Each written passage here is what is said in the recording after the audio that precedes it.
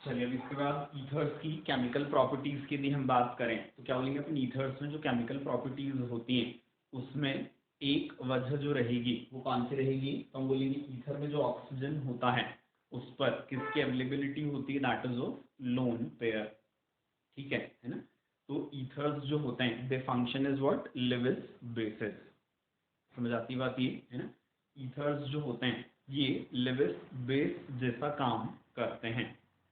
ठीक है ना। तो इनकी सबसे पहली जो रिएक्शन रहेगी वो किसके साथ है, it is with the Lewis acid, जैसे कि BH3 है ना। ईथर में ऑक्सीजन पर लोन पेयर होने की वजह से they are functioning as what, Lewis bases. ठीक है। तो इनकी सबसे पहली रिएक्शन जो है वो क्या है, लिविस एसिड के साथ है ना, जैसे कि BH3 है ना। तो ईथर पर जब BH3 डालेंगे तो ईथर का ऑक्सीजन BH3 में बोरॉन के साथ क्या बना लेता है, दैट इज कोऑर्डिनेट बॉन्ड बना लेता है। ठीक है ना। ईथर का ऑक्सीजन BH3 में बोरॉन के साथ क्या बना लेता है, तो हम बोलेंगे कोऑर्डिनेट बॉन्ड बना लेता है। आया समझ में। ठीक है। अब कौन सी वाली चीज होती है, तो हम बोलेंगे ये कोऑर्डिनेट बॉन्ड बनने के बाद जो BH3 होता है क्या रहेगा, it is gaseous in nature है ना। तो BH3 का इनफैक्ट स्टोरेज जो होता है वो ईथर में किया जाता है कि BH3 से कोऑर्डिनेट बॉन्ड बना लेगा तो क्या हो जाएगा, BH3 का यहाँ से उड़ना मुश्किल हो जाता है। ठीक है। तो BH3 को स्टोर करने के लिए ईथर एज द सॉल्वेंट लिया जाता है। ठीक। ये वाली चीज अपने पढ़ी हुई भी, एरोमेटिक में भी आपको याद हो तो है ना, कि ईथर के ऊपर लिविस एसिड डालते हैं तो कौन सी वाली चीज होती है, तो हम बोलेंगे ईथर पर लिविस एसिड डालने से है ना क्या हो जाएगा, तो हम बोलेंगे this functions as a source of alkyl carbocation. ठीक है। ये अल्काइल कार्बोकैटायन का सोर्स बन जाता है। This can cause what, that Friedel Crafts alkylation है ना। तो ये वाली चीज अपनी पड़ी हुई है ना, फ्रिडल क्राफ्ट अल्काइलेशन वाली। ठीक है। और वो लिख लेना आप यहाँ पर कि BH3 का स्टोरेज ईथर में किया जाता है क्योंकि BH3 को फिर उड़ने नहीं देगा, क्योंकि BH3 को कोऑर्डिनेट बॉन्ड से रोके रखता है। ठीक है ना। इसके बाद फिर ईथर्स जो होते हैं इनको यदि एयर एक्सपोजर दिया जाए या ईथर को बाई चांस एयर एक्सपोजर मिल जाए तो लाइट की प्रेजेंस में ईथर एयर के साथ रिएक्शन करके क्या बना लेते हैं यहाँ पर, दैट इज पर ऑक्साइड या हाइड्रो पर ऑक्साइड है ना। अल्फा कार्बन पर क्या हो जाएगी, यहाँ पर फ्री रेडिकल रिएक्शन हो जाती है ना। It is oxygen oxygen pi bond टूटेगा, ऑक्सीजन दोनों ऑक्सीजन के ऊपर एक एक रेडिकल, ऑक्सीजन रेडिकल यहाँ से अल्फा कार्बन पर से हाइड्रोजन निकाल लेता है तो क्या बन जाएगा HO, इस O पर रेडिकल, ये O रेडिकल और कार्बन रेडिकल क्या बन जाएगा, इनमें सिग्मा बॉन्ड बन जाता है। ठीक है। तो ये क्या है, ईथर का परऑक्साइड या हाइड्रो परऑक्साइड बन गया। समझ आ गई बात ये है ना। This is what it is, ether का हाइड्रो परऑक्साइड। ठीक है। क्वेश्चंस के लिए बेटा आपको क्या ध्यान में रखनी है एक चीज और, जैसे ईथर यदि बाई चांस क्या दैट इज अनसिमेट्रिकल तो पूछा जाए कि इसमें इपोऑक्साइड कहाँ बनेगा, तो फिर हम कौन सी चीज बोलते हैं, तो बोलेंगे ईथर में परऑक्साइड जो होता है वो उस साइड पर बनता है जहां पर क्या रहेगा, बड़ा अल्काइल ग्रुप होता है, क्योंकि यहाँ पर रेडिकल की स्टेबिलिटी ज्यादा हो जाती है। समझ आ गई बात ये। तो अनसिमेट्रिकल ईथर्स के केस में क्या बोलेंगे हम, तो हम बोलेंगे इट इज परऑक्साइड जो होता है ये उस अल्काइल ग्रुप के अल्फा कार्बन पर बनता है जो बड़ा अल्काइल ग्रुप होता है। और वैसे भी रिएक्शन क्या है, दैट इज ऑक्सीडेशन रिएक्शन है, और ऑक्सीडेशन हमेशा कहाँ ही होता है, जहाँ इलेक्ट्रॉन डेंसिटी ज्यादा होती है ना। तो क्वेश्चन के लिए केवल चीज याद रखनी है, मैकेनिज्म अपन ने क्या बोल लिया, this is what a free radical mechanism. ठीक है ना। ईथर के परऑक्साइड का formation, this is what a free radical mechanism reaction. Clear है यहाँ तक है ना।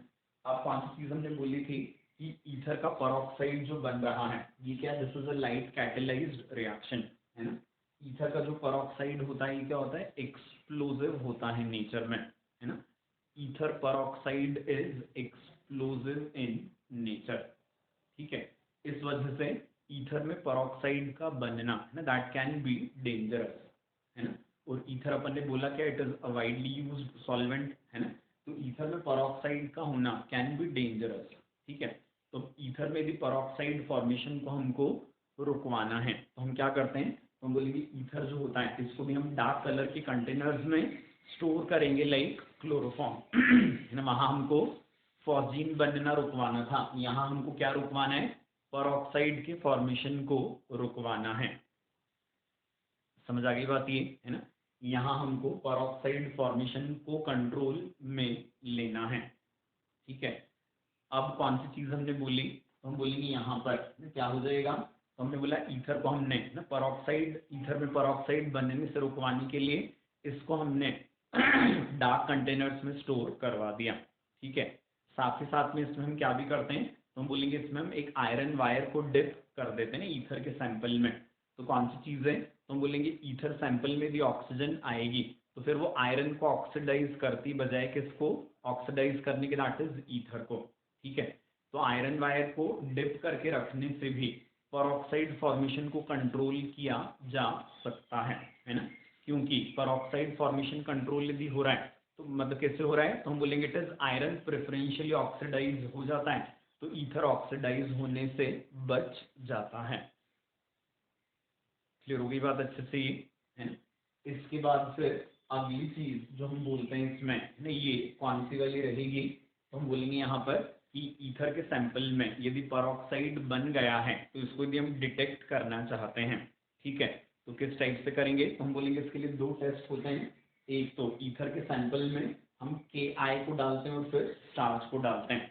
ऐसा करवाने पर यदि ब्लू कलर आ जाए तो ये इंडिकेट करेगा कि ईथर के सैंपल में परऑक्साइड है। ठीक है, क्या बोला हमने, सैंपल में डाला हमने KI potassium iodide and starch, ऐसा करवाने पर यदि वहां पर ब्लू कलर आ जाता है तो ब्लू कलर का आना is an indication of formation of peroxide in the sample of ether. ठीक है, और दूसरा क्या बोलेंगे हम, तो हम बोलेंगे ईथर के सैंपल में यदि हम Fe2 पॉजिटिव को डालते हैं है ना, और उसके बाद फिर डालेंगे किसको, दैट इज KCNS को, है ना, ईथर सैंपल में Fe2 पॉजिटिव एंड KCNS इनको मिलाने पर यदि ब्लड रेड कलर आता है, ठीक है, तो ब्लड रेड कलर का आना again is an indication of what, तो हम बोलेंगे ब्लड रेड कलर का आना भी इंडिकेट करता है कि ईथर के सैंपल में परऑक्साइड बन चुका है ना, sample plus Fe2 positive plus KCNS, तो क्या हो जाएगा यहाँ पर, तो हम बोलेंगे ब्लड रेड कलर आ जाता है।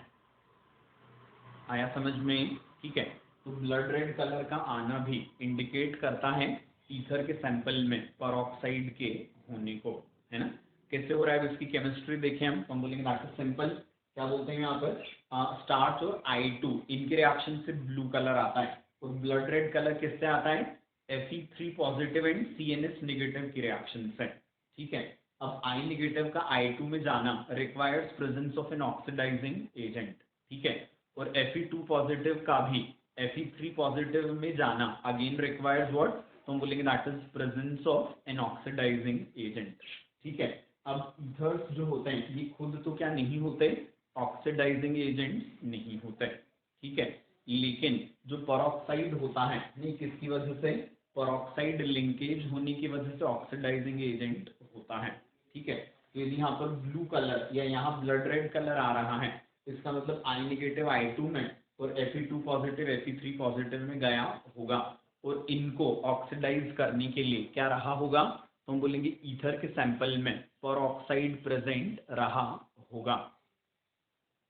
आ गई क्या बात समझ में अच्छे से, ठीक है, हम बोलते हैं यहाँ पर ब्लू और ब्लड रेड कलर का आना is an indication of presence of peroxide in the sample of ether.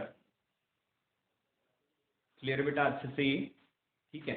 आप कौन सी चीज हम बोलते हैं कि ईथर को यदि हमको परऑक्साइड फ्री करना है, ठीक है, तो ईथर परऑक्साइड फ्री कैसे होगा, तो हम बोलेंगे ईथर का हम क्या करवाते हैं, डिस्टिलेशन ओवर कॉन्सेंट्रेटेड H2SO4। ठीक है ना, ether is distilled over concentrated H2SO4 to make it free from peroxide. ठीक है, कैसे होगा, तो हम बोलेंगे यहाँ पर परऑक्साइड जो होता है, ठीक है, इसको फाइनली मतलब ईथर जो होता है इसका बॉइलिंग पॉइंट कम है, तो ईथर उड़ उड़ कर बाहर निकलता जाता है। ठीक है, और जो उसके अंदर परऑक्साइड रहेगा वो क्या हो जाएगा, लास्ट में बचा रह जाता है। ठीक है ना, ईथर परऑक्साइड में कौन सी चीज हम बोलते हैं, तो हम बोलेंगे थोड़ा सा ईथर छोड़ दिया जाता है, जिससे परऑक्साइड बचेगा तो पावरफुल एक्सप्लोजन वहाँ हो सकता है। ठीक है, तो इस डिस्टिलेशन के टाइम पर कौन सी वाली चीज करवाई जाती है, तो हम बोलेंगे इस डिस्टिलेशन के टाइम पर डिस्टिलेशन को कंप्लीट नहीं करते, पेरोक्साइड के साथ थोड़ा सा ईथर छोड़ दिया जाता है ताकि ईथर का पेरोक्साइड एक्सप्लोड ना हो। क्लियर हो गई बात यहाँ तक अच्छे से? इसके बाद फिर अगली चीज जो हमने देख रखी है कौन सी है, इट इज ईथर का हाइड्रोलिसिस इन एसिडिक मीडियम। ये H3O पॉजिटिव भी आ सकता है यहाँ, और यार रिएक्शन सिर्फ किससे भी करवाई जा सकती है, that is with dilute H2SO4। ठीक है, तो ये ऑलरेडी पढ़ चुके हैं अपन। ईथर के हाइड्रोलिसिस पर हमेशा क्या बनते हैं, दो अल्कोहल्स बनते हैं। मैकेनिज्म भले ही SN1 SN2 कुछ भी रहे, लेकिन प्रोडक्ट हमेशा क्या रहेगा, दो अल्कोहल्स होते हैं, है ना।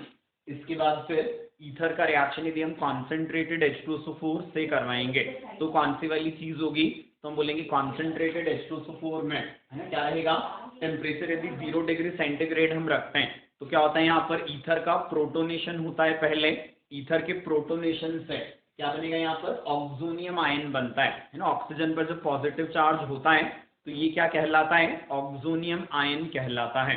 ठीक है, टेम्परेचर यदि हम 0 डिग्री सेंटीग्रेड रखते हैं तो ऑक्सोनियम आयन जो होगा ये बनकर स्टेबल रहेगा। ठीक है, पर यदि टेम्परेचर हम बढ़ा देंगे तो रिएक्शन का पैटर्न चेंज हो जाता है, जो कि अपन नीचे देखने वाले हैं। तो ऑक्सोनियम सॉल्ट जो होता है एक तो रिवर्सिबली बनेगा, और कब बनेगा, जब हम बोलेंगे it is cold and concentrated H2SO4 लिया है हमने, टेम्परेचर क्या रखा था, दैट इज 0 डिग्री सेंटीग्रेड रखा था। आ गई बात समझ में? ठीक है, तो ईथर पर यदि ऑक्सोनियम सॉल्ट बनाना है तो टेम्परेचर क्या रखा जाता है, तो हम बोलेंगे इट इज 0 डिग्री सेंटीग्रेड रखा जाता है, और उसके बाद भी रिएक्शन क्या रहेगी, that is going to be reversible reaction, है ना। जैसे नाइट्रोजन पर पॉजिटिव अमोनियम सॉल्ट्स होते हैं, ऑक्सीजन पर पॉजिटिव क्या कहलाते हैं, दीज आर ऑक्सोनियम सॉल्ट। तो ऑक्सोनियम सॉल्ट रिवर्सिबली बनते हैं और 0 डिग्री सेंटीग्रेड पर ही बनेंगे। ठीक है, अब यदि हम क्या करते हैं, ईथर की रिएक्शन कॉन्सेंट्रेटेड H2SO4 से करवाएं और टेम्परेचर बढ़ा दें, मतलब it is hot and concentrated H2SO4। ठीक है, तो हॉट एंड कॉन्सेंट्रेटेड H2SO4 में कौन सी वाली चीज होगी, तो हम बोलेंगे सबसे पहले ईथर का प्रोटोनेशन हुआ, बट इस बार टेम्परेचर ज्यादा होने की वजह से क्या नहीं होता, तो हम बोलेंगे टेम्परेचर ज्यादा होने की वजह से इस बार ऑक्सोनियम आयन पर रिएक्शन रुकेगा नहीं। ठीक है, प्रोटोनेशन हुआ, इसके बाद ये जो HSO4 नेगेटिव है ये प्रोटोनेटेड ईथर पर अटैक करके क्या बनवा देता है, यहाँ से RSSO4, और क्या बन जाएगा, ROH बन जाता है। ठीक है, अब अल्कोहल जो होगा इसका H2SO4 से फिर से क्या हो जाएगा, प्रोटोनेशन हो जाता है। ठीक है, क्योंकि H2SO4 ज्यादा है, H2SO4 ने प्रोटोनेशन किया तो H2SO4 के प्रोटोनेशन से क्या बन जाएगा, H2O which again is a good leaving group. इसके ऊपर HSO4 नेगेटिव फिर से अटैक करता है तो क्या बन जाता है, यहाँ पर RHSO4 का दूसरा मॉलिक्यूल बन जाएगा, है ना। तो कौन सी चीज है, तो हम बोलेंगे इट इज ईथर पर कॉन्सेंट्रेटेड H2SO4 की रिएक्शन यदि हीटेड कंडीशंस में करवाएं तो क्या बन जाते हैं, 2 molecules of alkyl hydrogen sulphate, है ना। तो एक क्वेश्चन के लिए बेटा इसको रिलेट करना है ना तीनों रिएक्शंस को, कि ईथर की H2SO4 के साथ अलग अलग कंडीशंस में अलग अलग प्रोडक्ट मिलने वाली रिएक्शंस होती हैं, है ना। ईथर पर डाइल्यूट H2SO4 मतलब हाइड्रोलिसिस, तो 2 अल्कोहल बन गए। ईथर पर कॉन्सेंट्रेटेड H2SO4 0 डिग्री सेंटीग्रेड, तो क्या हो गया, तो हमने बोला इट इज ऑक्सोनियम सॉल्ट बन गया रिवर्सिबली। और ईथर पर कॉन्सेंट्रेटेड H2SO4 विथ हीटिंग, तो क्या बन गया, 2 मॉलिक्यूल्स ऑफ RHSO4। ठीक है, तो 3 अलग अलग कंडीशंस में H2SO4 क्या कर रहा है, ईथर के साथ अलग अलग प्रोडक्ट बनवा रहा है। क्लियर है ना। इसके बाद फिर ईथर के रिएक्शन यदि हम PCl5 से करवाएंगे तो क्या बन जाता है, tries of RCl plus POCl3 with mechanism पढ़ा हुआ है रिएक्शन हमने। ईथर का रिएक्शन यदि हम RCOCl के साथ करवाते हैं एनहाइड्रस AlCl3 में, तो कौन सी वाली चीज होगी, तो हम बोलेंगे यहाँ से एनहाइड्रस AlCl3 Cl नेगेटिव को खींच लेता है, क्या बचेगा यहाँ पर, तो हम बोलेंगे ये जो असाइलम आयन बना, ये असाइलम आयन पर ईथर का अटैक होगा। ठीक है, फिर ईथर के अटैक से कौन सी वाली चीज हो जाएगी, तो बोलेंगे जो AlCl4 नेगेटिव है, इस AlCl4 में से Cl नेगेटिव यहाँ अटैक करेगा तो इससे क्या बन जाएगा, RCl बन जाता है, और इधर क्या बन जाएगा, RCOOR बन जाएगा। ठीक है, यहाँ पे ईथर यदि अनसिमेट्रिकल होगा तो ये रिएक्शन क्या है, ऐसे इन 2 टाइप की रहने वाली है। तो क्या हो जाएगा, जो छोटा R होगा वो Cl नेगेटिव के साथ क्लोराइड बनाएगा और ईथर का बड़ा वाला R किसमें चला जाएगा, दैट इज इनटू ईस्टर। ठीक है ना। क्या बोले हमने यहाँ पर कि असाइलेन आयन बना, AlCl3 Cl नेगेटिव को खींच लेता है, असाइलेन आयन पर ईथर का अटैच, उससे एक कैटायन बना, इस पर AlCl4 नेगेटिव अपना Cl नेगेटिव भेज रहा है, तो दोनों R में से जो छोटा R होगा वो क्लोराइड बनाएगा और बड़ा वाला R किसमें चला जाता है, दैट इज इनटू ईस्टर। ठीक है। इसके बाद फिर हम कौन सी चीज बोलते हैं, नेक्स्ट वाले रिएक्शन में एसिड क्लोराइड के बजाय क्या लिया हमने यहाँ पर, दैट इज एनहाइड्राइड लिया है। एनहाइड्राइड पर भी रिएक्शन सेम होती है, लेकिन क्या हो जाएगा इस बार, AlCl4 नेगेटिव में से RCOO नेगेटिव यहाँ अटैक करेगा, तो क्या बन जाते हैं यहाँ पर 2 मॉलिक्यूल्स जो ईस्टर बन जाते हैं। ठीक है। मैकेनिज्म 8th वाले रिएक्शन में भी सेम होगा, है ना। तो ईथर पर जब रिएक्शन करवाई जाती है किसकी, दैट इज ऑफ एनहाइड्राइड। ठीक है। तो ईथर पर एनहाइड्राइड की रिएक्शन से क्या बन जाता है, दैट इज ईस्टर बन जाता है। क्लियर है ना। इसके बाद फिर अगले रिएक्शन कौन सी बोलेंगे हम, इट इज ईथर पर कार्बन मोनोऑक्साइड की reaction by heating under pressure, है ना। ईथर पर कार्बन मोनोऑक्साइड का reaction by heating under pressure, तो इसमें भी क्या बन रहा है, दैट इज ईस्टर बन जाता है ना। रिएक्शन यहाँ कैसे होगी, तो बोलेंगे हीटिंग करेंगे तो कार्बन मोनोऑक्साइड का जो पाई बॉन्ड होता है वो ऑक्सीजन की तरफ टूट जाता है, इधर कार्बन पर क्या आ जाएगा, दैट इज पॉजिटिव चार्ज, उस पर फिर क्या हो जाएगा, तो हम बोलेंगे ऑक्सीजन का अटैक। इस तरीके से रिएक्शन आगे बढ़ती है। क्लियर है ना। इसके बाद फिर ईथर के रिएक्शन भी हम किससे करवाएंगे, क्लोरीन के साथ डार्क कंडीशंस में, तो सिर्फ अल्फा कार्बन पर क्या आ जाता है, एक ही क्लोरीन आ जाएगा, it is alpha alpha dash dichloro diethyl ether बन जाएगा ना, बाय फ्री रेडिकल मैकेनिज्म। ठीक है ना। और डार्क कंडीशंस में क्या बोला अपन ने, सिर्फ अल्फा अल्फा कार्बन पर Cl आ गया और क्लोरीन एक्सेस में लेकर यदि लाइट की प्रेजेंस में रिएक्शन करवाते हैं तो हम बोलेंगे ईथर के सारे हाइड्रोजन्स जो होते हैं they are replaced by chlorine. आई बात समझ में, है ना। क्या बोला हमने, ईथर के ऊपर क्लोरीन के रिएक्शन अपन लाइट की प्रेजेंस में करवाएंगे। ठीक है ना। ईथर पर क्लोरीन का रिएक्शन लाइट की प्रेजेंस में यदि हम करवाते हैं तो कौन सी चीज हो जाएगी, तो हम बोलेंगे यहाँ पे ईथर के सारे अल्फा सारे हाइड्रोजन जो होते हैं they are replaced by chlorine by free radical mechanism. इसको हम क्या बोलते हैं, पर क्लोरो डाइइथाइल ईथर, है ना। All the hydrogen are replaced by chlorine, so this is called what, per chlorodiethyl ether। आगे बात समझ में ना, दिस इज पर chlorodiethyl ether। ठीक है। अब इसके बाद ईथर का HBr HI के साथ रिएक्शन काफी डिटेल में अपन ने पढ़ लिया था, SN1 mechanism, SN2 mechanism, HI कम अमाउंट में ज्यादा अमाउंट में सारी कंडीशंस में रिएक्शन देख चुके अपन अच्छे से, है ना। तो अब ये फिर से नहीं बता रहा हूँ, यहीं पे हमने जीजल्स मेथड भी देखी थी, that is for estimation of OMe linkages. ठीक है। अब इसके बाद फिर साइक्लिक ईथर के बारे में हमको थोड़ा सा देखना है। अच्छा उसके पहले ये भी लिख लो, डाइथाइल ईथर जो होता है it functions as an anaesthetic. ठीक है। तो डाइथाइल ईथर को सल्फ्यूरिक ईथर भी कहा जाता है, बाय चांस यदि क्वेश्चन में कहीं आए ये, है ना। Diethyl ether is used as an anaesthetic and diethyl ether जो होता है that is also called sulphuric ether. ठीक है। इसके बाद फिर साइक्लिक ईथर में एक तो प्रिलिस्टिव रिएक्शन होती है इपोक्साइड बनाने के लिए ना, अल्कीन के ऊपर पर एसिड की रिएक्शन, तो उससे इपोक्साइड बन जाता है, दैट इज प्रिलिस्टिव रिएक्शन। फिर अल्कीन के ऊपर एक रिएजेंट होता है, it is MnPP, magnesium mono पर ऑक्सीथैलेट। ठीक है। MnPP का फुल फॉर्म क्या होता है, मैग्नीशियम मोनो पर ऑक्सीथैलेट। ठीक है। तो इसके साथ क्या होता है, इपोक्साइड की यील्ड बढ़ जाती है, क्योंकि मैग्नीशियम मोनोपरऑक्सीथैलेट स्टेबल होता है, जबकि पर एसिड्स जो होते हैं वो स्टेबल नहीं होते हैं। ठीक है। इस वजह से कौन सी चीज हम बोलेंगे, तो हम बोलेंगे इस वजह से ये वाली रिएक्शन जो होती है ये यूज हो जाती है किसके लिए, तो हम बोलेंगे इट इज इपोक्साइड की अच्छी यील्ड के लिए। आई बात समझ में। इपोक्साइड पर रिंग ओपनिंग रिएक्शंस अपन पढ़ चुके हैं ऑलरेडी। ठीक है। एसिड कैटेलाइज्ड रिंग ओपनिंग जो होती है दैट इज SN1 टाइप। ठीक है। और जो न्यूक्लियोफाइल इनिशिएटेड रिंग ओपनिंग होती है वो क्या होती है, दैट इज SN2 टाइप, है ना। Nucleophile initiated ring opening is SN2 type. ठीक है। तो वो सारा डिटेल पढ़ चुके हैं अपन। इसके बाद फिर कौन सी चीज होती है, साइक्लिक ईथर्स में क्राउन ईथर्स के बारे में हमको देखना है ना। क्राउन ईथर्स क्या होते हैं, तो बोलेंगे crown ethers are cyclic polyethers जिनका शेप क्राउन जैसा होता है। ठीक है ना।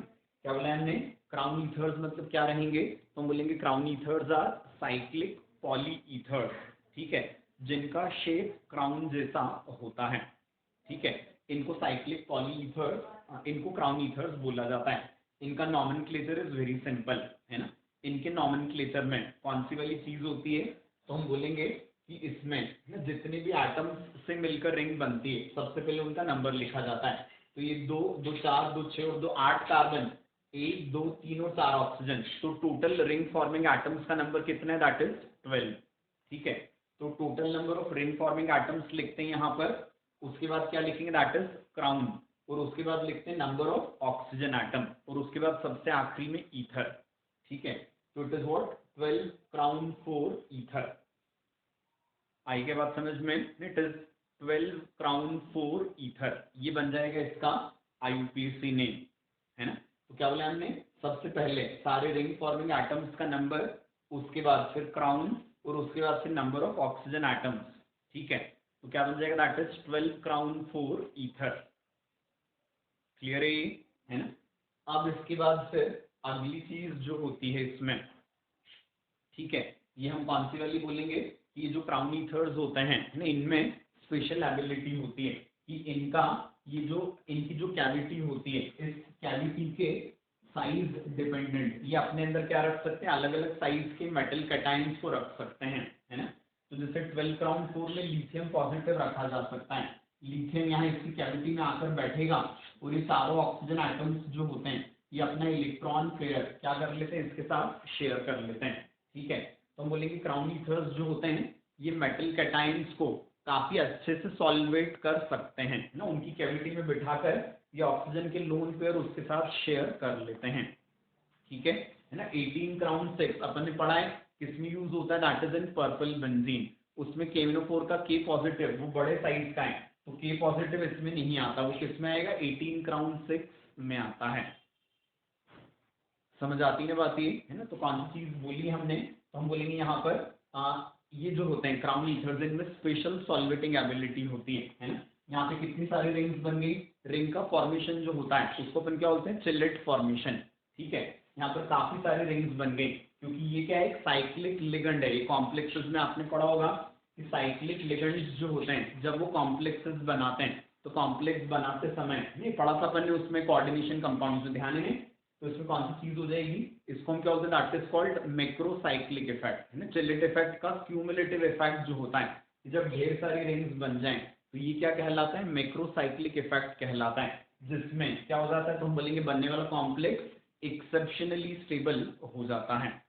ठीक है, तो हम बोलते हैं ये जो क्राउन ईथर्स होते हैं इनमें इनऑर्गेनिक सब्सटेंसेस को सॉल्वेट करने की स्पेशल एबिलिटी होती है।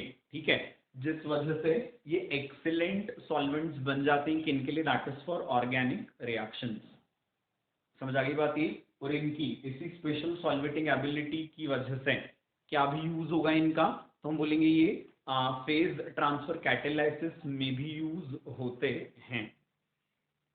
समझ आ गई बात ये, इनकी स्पेशल सॉल्वेटिंग एबिलिटी की वजह से ही ये फेज ट्रांसफर कैटेलाइसिस में भी यूज होते हैं। समझ आ गई बात ये। So this is all about ethers.